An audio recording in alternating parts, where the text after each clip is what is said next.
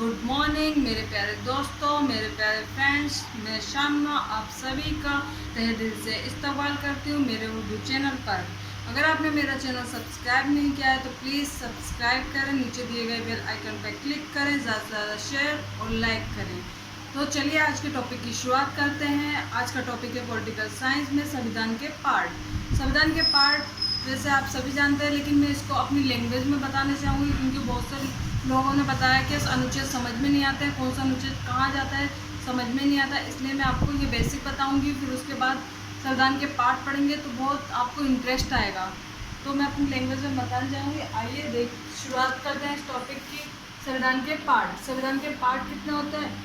22 होते हैं, आप सभी को पता है। लेकिन यहाँ पर अब आपको पता है हम कहाँ पर रहते हैं। तो आप जानते हो, कुछ लोग बोलेंगे मकान में रहते हैं, तो कुछ बोलेंगे घर में रहते हैं। तो घर या मकान, अब घर कैसे बनता है? जब तक लोग सदस्य नहीं रहेंगे ना, लोग रहेंगे। घर में कौन रहते हैं? लोग या सदस्य। तो सदस्य बोल सकते हैं, सदस्य।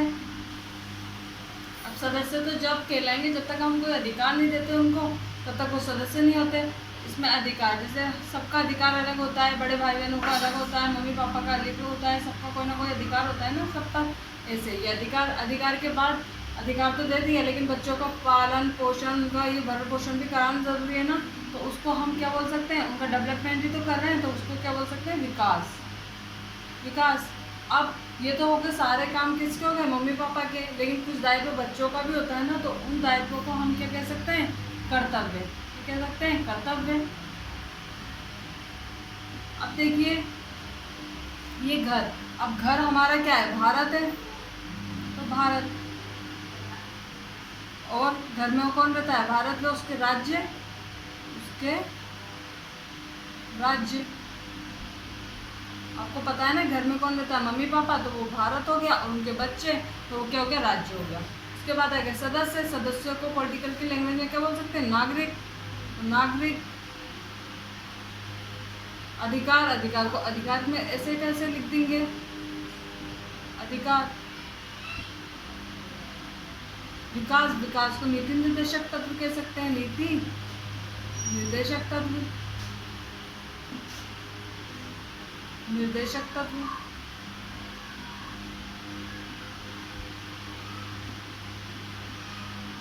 कर्तव्य। कर्तव्य को ऐसा कैसे लिख देंगे? कर्तव्य। अब इसके बाद यहाँ पर जैसे अपन का संविधान को एक किताब ही मान लो। किताब में क्या होते हैं? पार्ट चलते थे ना पहले, लेकिन उसकी जगह वर्तमान रूप क्या लिया? भाग। आप देखोगे किताब खोल के उसमें भाग ही दिखेंगे। तो भाग, ऐसे संविधान की एक किताब है जैसे मान लिया, तो उसके भी क्या चलते हैं? भाग चलते हैं। अब भाग ये फर्स्ट नंबर पे है, तो 1 नंबर यहाँ डाल देंगे, 2 नंबर यहाँ, 3 नंबर यहाँ, 4 नंबर यहाँ, 4 डाल दिया। अब ये इसी का ही तो है ना, ये तो मम्मी पापा के काम आ गया और हम उनके दायित्व है। तो ये क्या करेंगे? 4th का 4 लिख लेंगे यहाँ पर, और के लिख देंगे, क्योंकि एक 4 का 4 नहीं लिख सकते ना, कन्फ्यूजन हो जाएगा, इसलिए के डाल देते हैं। और वैसे के ही चलता है इसमें, तो इसको संविधान में क्या डाल दिए गए? के, 4 के। इसके बाद आएगा अनुच्छेद। अनुच्छेद जैसे पार्ट होता है, पार्ट में क्या चलते हैं? छोटे छोटे पैराग्राफ चलते हैं ना, पैराग्राफ को क्या कह सकते हैं अपन? अनुच्छेद। तो यहाँ पर इनको एक्ट भी बोल सकते हैं। अब इसमें कहाँ से कहाँ तक चलेगा? तो देखिए इसमें चलता है 1 से 4। अब 4 के बाद कितनी काउंटिंग कर लेंगे? 5, तो 5 से 11, 11 के बाद 12 से 35, 35 के बाद 36 से 51, 51 के बाद 51 के, या ए भी बोल सकते हैं, कुछ भी बोल सकते हैं। यहाँ पर आपको समझ में आ गया होगा। जैसे मकान, मकान में क्या हो गया? भारत, तो उसके राज्य हो गया। सेकंड नंबर पे क्या आ जाएगा? नागरिक हो जाएगा। थर्ड पे उनके अधिकार दे देंगे, फिर उनका पालन पोषण करने के लिए विकास कर देंगे उनका, तो वो नीति निर्देशक तत्व कहलाएंगे। फिर उनके कर्तव्य हो जाएंगे। ये सारा काम हो गया। तो और उनके अनुच्छेद हैं आपको 1 के बाद 4, 4 के बाद कौन सी काउंट रहती है? 5, तो 5 से 11, 11 के बाद क्या रहते? 12, 12 से 5, 5 के बाद क्या रहते? 35 के बाद 36, 51, 51 के, या ए। अब इसके बाद ये तो हमने समझ में आ गया कि 4 पार्ट कैसे क्या है। इसके बाद हम क्या बनेंगे? सरकार बनाएंगे। क्या बनाएंगे? सरकार। अब सरकार आप जानते हो कौन कौन सी सरकार होती है? एक तो केंद्र सरकार होती है, दूसरी कौन सी होती है? राज्य सरकार होती है, तीसरी कौन सी होती है? केंद्र शासित बोल सकते हैं, केंद्र शासित। फोर्थ स्थानीय, स्थानीय। फिर SC/ST प्रशासन, SC/ST प्रशासन। अब स्थानीय सरकार ना, ये भी कितनी तरह की होती है? 3 तरह की होती है। सबसे पहले नीचे स्थल पे क्या होता है? गांव होते हैं ना, तो पहले क्या आ जाएगी? पंचायत, पंचायती, पंचायत। इस पे क्या आ जाएगी? नगरीय। और दोनों का मिक्सअप रूप क्या कहलाएगा? सहकारिता, सहकारिता, सह। अब इसके बाद अनुच्छेद, यहाँ पर 51 था ना, 51 के बाद कितना आ जाएगा?